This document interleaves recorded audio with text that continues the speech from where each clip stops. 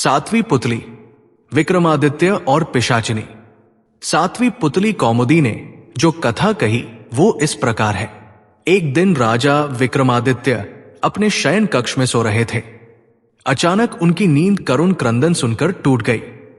उन्होंने ध्यान लगाकर सुना तो रोने की आवाज नदी की तरफ से आ रही थी और कोई स्त्री रोए जा रही थी। विक्रम की समझ में नहीं आया कि कौन सा दुख उनके राज्य में किसी स्त्री को इतनी रात गए बिलख बिलख कर रोने को विवश कर रहा है। उन्होंने तुरंत राज परिधान पहना और कमर में तलवार लटकाकर आवाज की दिशा में चल पड़े। क्षिप्रा के तट पर आकर उन्हें पता चला कि वो आवाज नदी के दूसरे किनारे पर बसे जंगल से आ रही है। उन्होंने तुरंत नदी में छलांग लगा दी तथा तैरकर दूसरे किनारे पर पहुंचे। फिर चलते चलते उस जगह पहुंचे जहां से रोने की आवाज आ रही थी। उन्होंने देखा कि झाड़ियों में बैठी एक स्त्री रो रही है। उन्होंने उस स्त्री से रोने का कारण पूछा। स्त्री ने कहा कि वो कई लोगों को अपनी व्यथा सुना चुकी है, मगर कोई फायदा नहीं हुआ। राजा ने उसे विश्वास दिलाया कि वे उसकी मदद करने का हर संभव प्रयत्न करेंगे। तब स्त्री ने बताया कि वह एक चोर की पत्नी है और पकड़े जाने पर नगर कोतवाल ने उसे वृक्ष पर उल्टा लटकवा दिया है। राजा ने पूछा, क्या वो इस फैसले से खुश नहीं है? इस पर औरत ने कहा कि उसे फैसले पर कोई आपत्ति नहीं है, लेकिन वो अपने पति को भूखा प्यासा लटकता नहीं देख सकती। चूंकि न्याय में इस बात की चर्चा नहीं कि वो भूखा प्यासा रहे, इसलिए वो उसे भोजन तथा पानी देना चाहती है। विक्रम ने पूछा कि अब तक उसने ऐसा क्यों नहीं किया?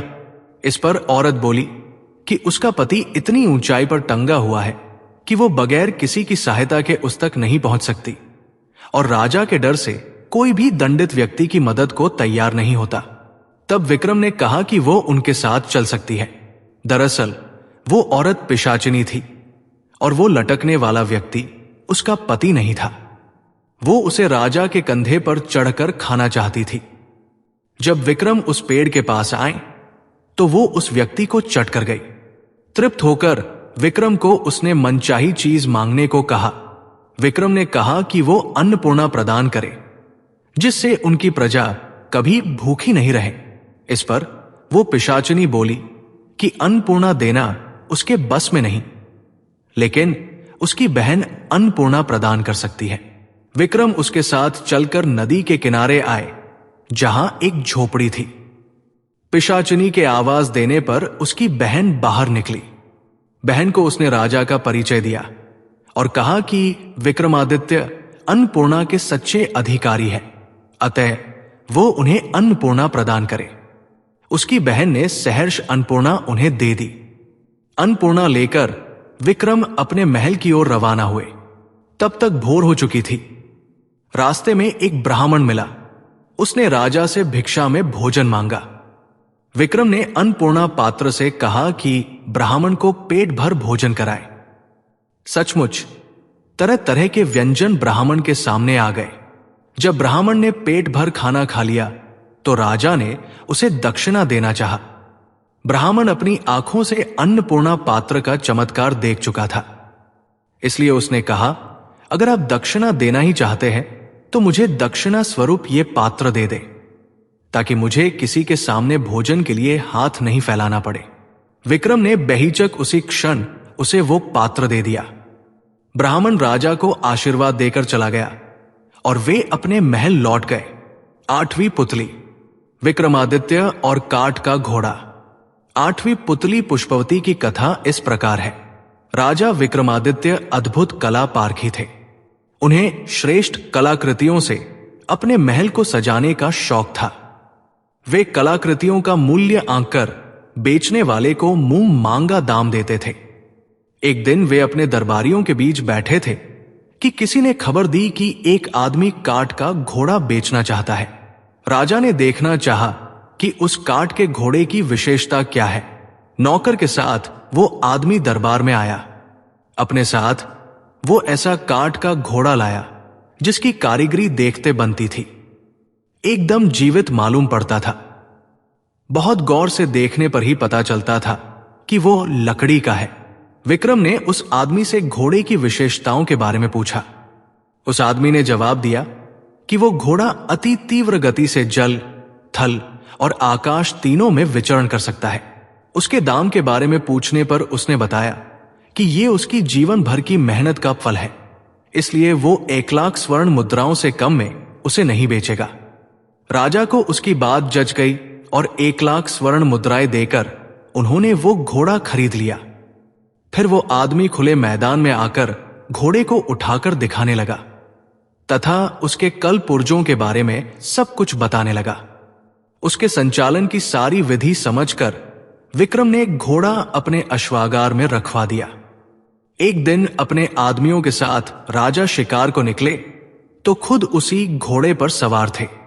कल पुर्जों को दबाने पर उसकी तेजी इतनी बढ़ गई कि राजा को मजा आ गया।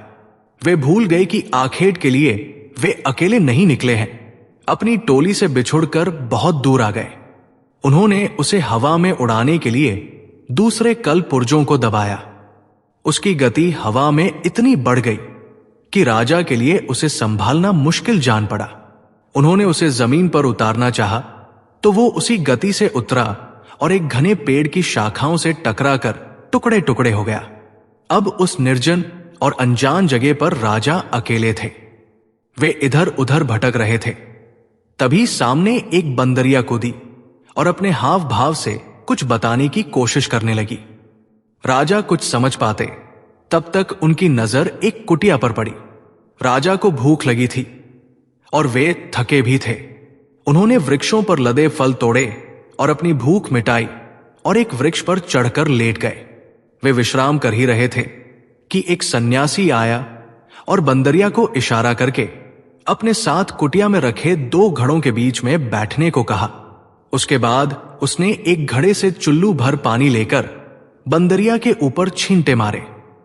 बंदरिया एक अत्यंत रूपवती राजकुमारी बन गई। उसने सन्यासी के लिए भोजन पकाया तथा जब सन्यासी खा चुका तब सन्यासी के हाथ पैर दबाए और सन्यासी आराम से सो गया। जब सुबह हुई तो सन्यासी ने दूसरे घड़े से चुल्लू भर पानी लेकर राजकुमारी पर छींटे मारे। राजकुमारी फिर से बंदरिया बन गई। उसे लेकर सन्यासी कुटिया से बाहर आया और उसे वन में स्वतंत्र विचरने को छोड़कर कहीं चला गया।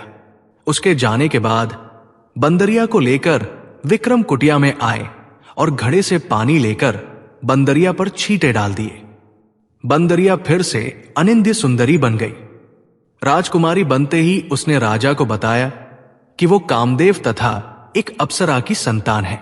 एक बार मैंने शिकार खेलते हुए एक वाण मृग की ओर निशाना लगाकर छोड़ा। वो वाण मृग को नहीं लगकर एक साधु की बाह को बेध गया। दर्द से करहाते हुए उस साधु ने मुझे श्राप दिया कि बंदरिया बनकर मुझे साधु की सेवा करनी पड़ेगी। जब मैं रोई और गिड़गिड़ाई कि ये सब अनजाने में हुआ तो उसने पसीज कर श्राप से मुक्ति का रास्ता बताया।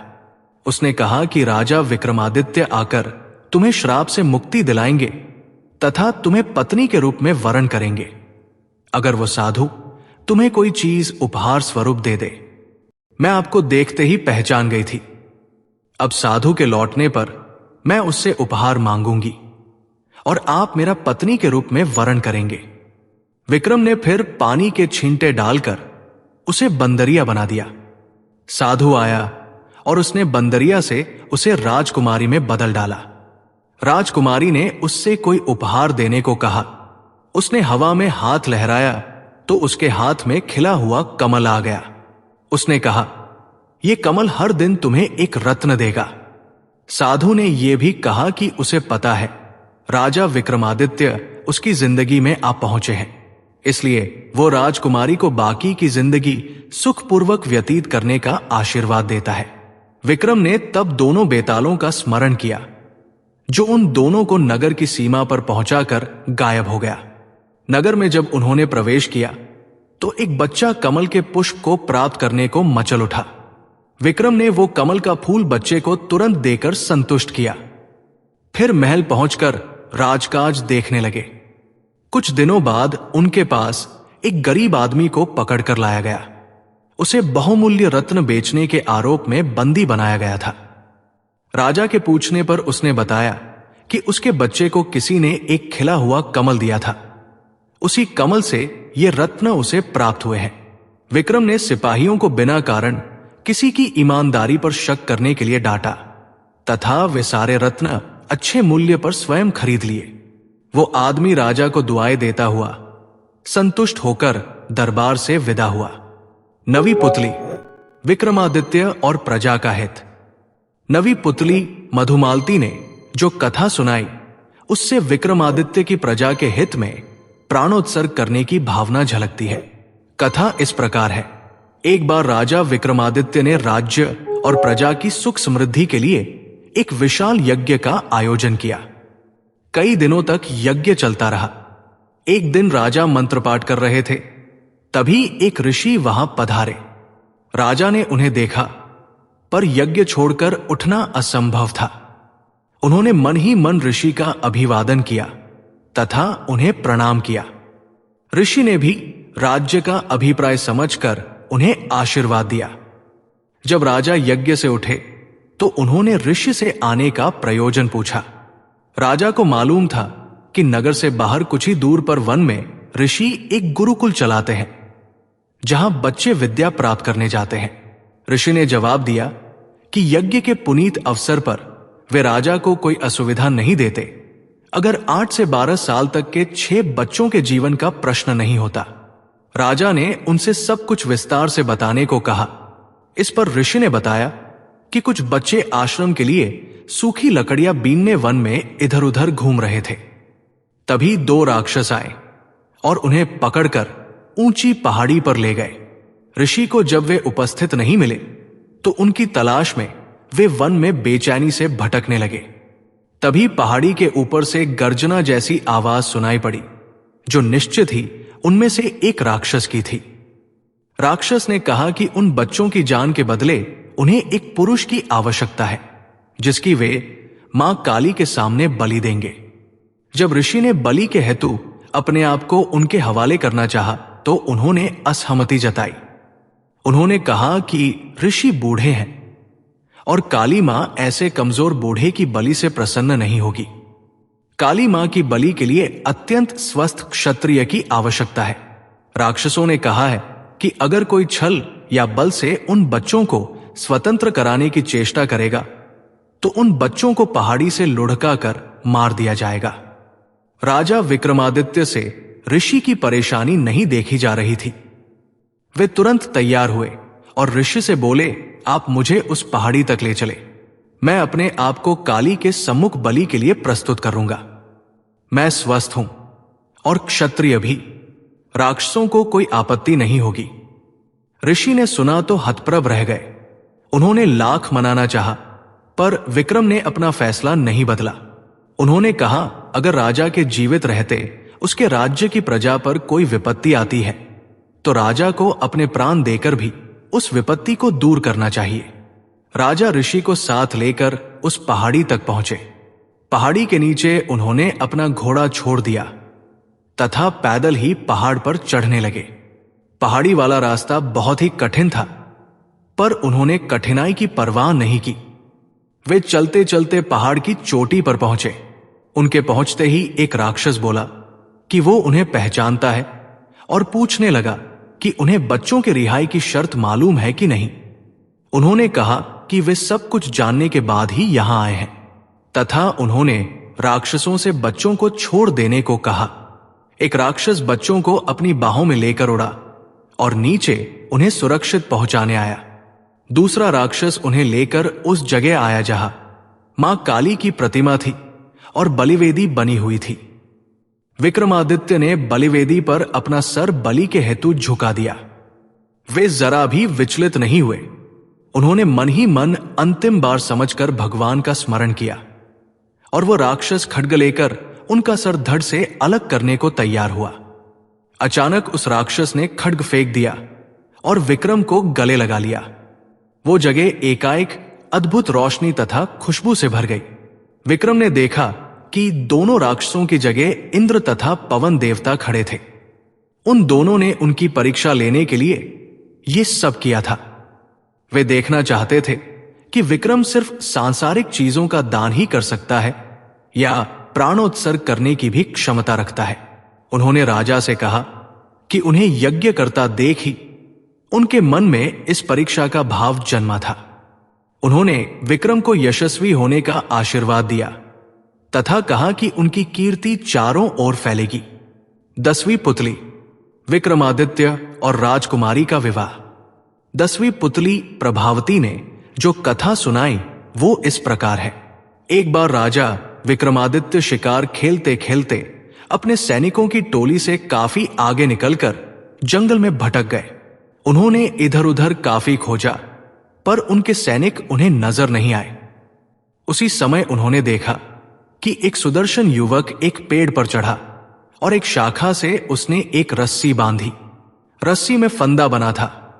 उस फंदे में अपना सर डालकर झूल गया। विक्रम समझ गए कि युवक आत्महत्या कर रहा है। उन्होंने युवक को नीचे से सहारा देकर फंदा उसके गले से निकाला तथा उसे डांट लगाई और कहा कि आत्महत्या न सिर्फ पाप और कायरता है बल्कि अपराध भी है।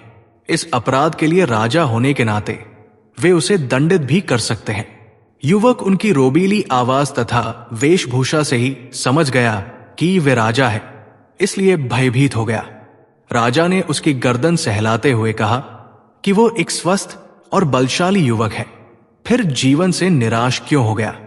अपनी मेहनत के बल पर वो आजीविका की तलाश कर सकता है। उस युवक ने उन्हें बताया कि उसकी निराशा का कारण जीविकोपार्जन नहीं है और वो विपन्नता से निराश होकर आत्महत्या का प्रयास नहीं कर रहा था।